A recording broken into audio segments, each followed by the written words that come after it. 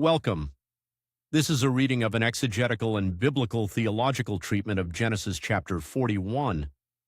Genesis chapter 41 marks a pivotal turning point in the unfolding of God's redemptive promise plan. Within the larger architecture of Genesis, the narrative has moved from the fractured primeval world, marked by human rebellion, the illicit intrusion of divine beings, and the disinheritance of the nations at Babel, to Yahweh's deliberate election of Abraham's family as the single conduit through which blessing will be restored to all the families of the earth.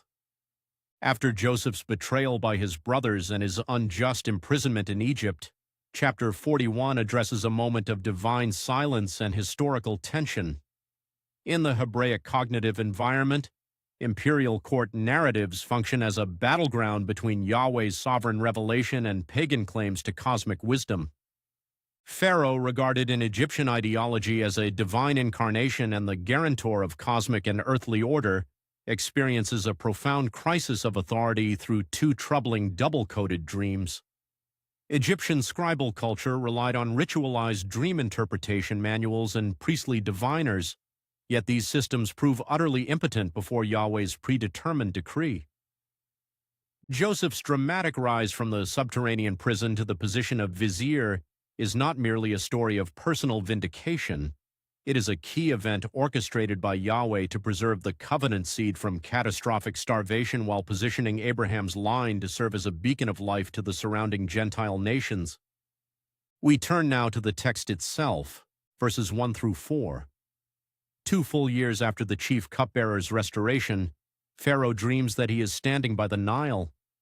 Out of the river emerge 7 sleek, fat cows grazing in the reed grass, followed by 7 ugly, gaunt cows that devour the healthy ones without changing their emaciated appearance. Verses 5 through 8. Pharaoh falls asleep again and receives a second dream of identical structure. 7 plump, good ears of grain grow on a single stalk, only to be swallowed by 7 thin ears scorched by the east wind. The doubling of the dream reinforces its divine certainty and imminent realization. Upon waking, Pharaoh's spirit is deeply troubled. He summons all the magicians and wise men of Egypt. Their inability to interpret the dreams exposes the limits of pagan scribal wisdom. Verses 9 through 14. Confronted by this crisis of knowledge, the chief cupbearer remembers his sins and recounts how a young Hebrew servant in the prison accurately interpreted both his dream and the baker's dream. Pharaoh immediately commands that Joseph be brought up. Joseph is hastily taken from the dungeon, literally the pit. Before entering the royal court, he shaves and changes his clothes, reflecting authentic Egyptian court etiquette. Literarily and canonically, Joseph's movement out of the dark pit into fresh garments prefigures a transition from death and shame to life, authority, and vindication. Verses 15 and 16. Pharaoh informs Joseph of his reputation as an interpreter of dreams. Joseph immediately issues a bold theological correction. It is not in me. God will give Pharaoh a favorable answer. He disavows personal expertise or magic, setting Hebraic revelation apart from ancient Near Eastern divination, and frames the coming events as an act of divine sovereignty. Verses 17 through 32. Pharaoh recounts the dreams. Joseph declares that the 2 dreams are one. God has shown Pharaoh what he is about to do. The 7 good cows and 7 good ears represent 7 years of unprecedented abundance. The 7 gaunt cows and 7 blighted ears represent 7 years of severe famine that will consume the memory of the former plenty. The doubling signifies that the matter is fixed by God and will be executed without delay. Verses 33 through 36. Joseph moves seamlessly from prophetic interpreter to practical statesman. He counsels Pharaoh to select a discerning and wise man to oversee the land, and to appoint overseers who will collect 1/5 of the produce during the 7 prosperous years, storing it under royal authority as a reserve against the coming famine. Divine revelation is given to guide human stewardship. Prophetic insight is joined to practical wisdom for the preservation of life. Verses 37 through 45. Joseph's counsel pleases Pharaoh and his servants. Pharaoh asks, "Can we find anyone like this man, one in whom is the Spirit of God?" He elevates Joseph to second in command over all Egypt. The investiture follows authentic Egyptian protocols, the signet ring bestowing executive authority, fine linen replacing prisoner garments, the gold collar of honor, and the second chariot with the cry Abrech before him. Pharaoh renames him Zaphanath-Paneah and gives him Asenath, daughter of the priest of On, as wife. A Hebrew slave becomes ruler over the premier empire of the ancient world, demonstrating how Yahweh exalts his chosen servant in foreign lands.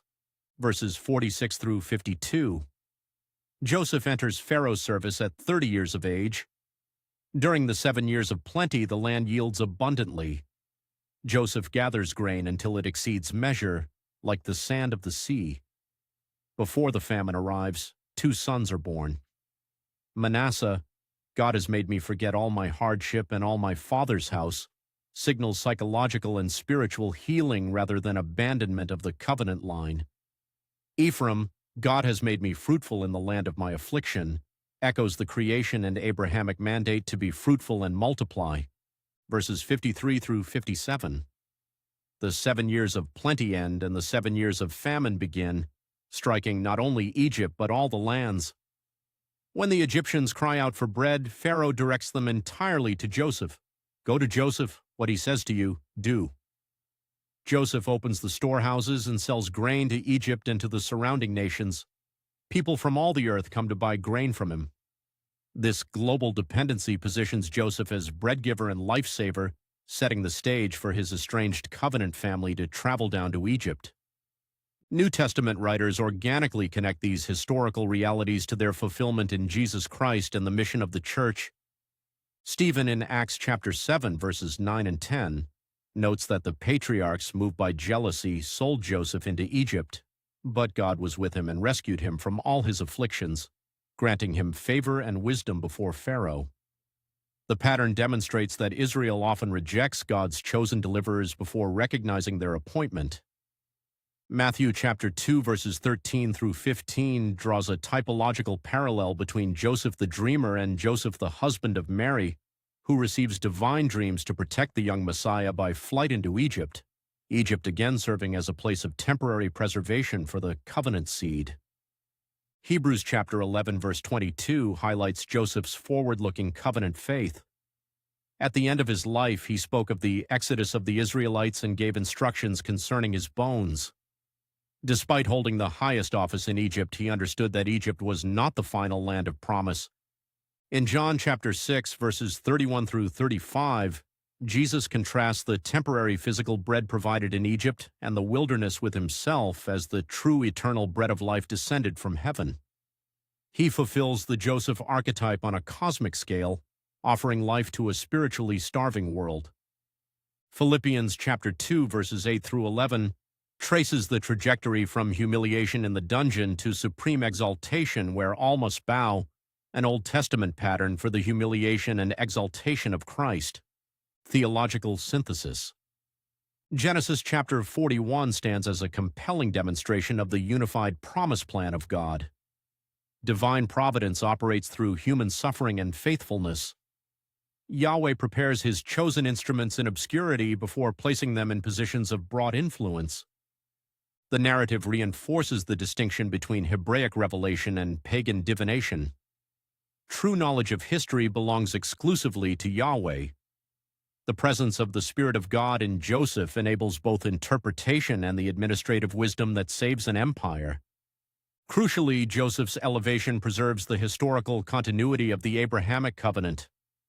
The storage of grain keeps Jacob's family alive during a global famine. Egypt becomes a temporary incubator where the small family of 70 souls multiplies into a great nation, as promised to Abraham in Genesis chapter 15. The narrative retains its concrete historical significance for ethnic Israel while pointing forward to Jesus Christ. Just as Joseph was rejected by his brothers, yet exalted to bring physical salvation to both his family and the Gentile world, so Christ was rejected by his own, exalted to the right hand of God, and made the source of eternal salvation for all nations.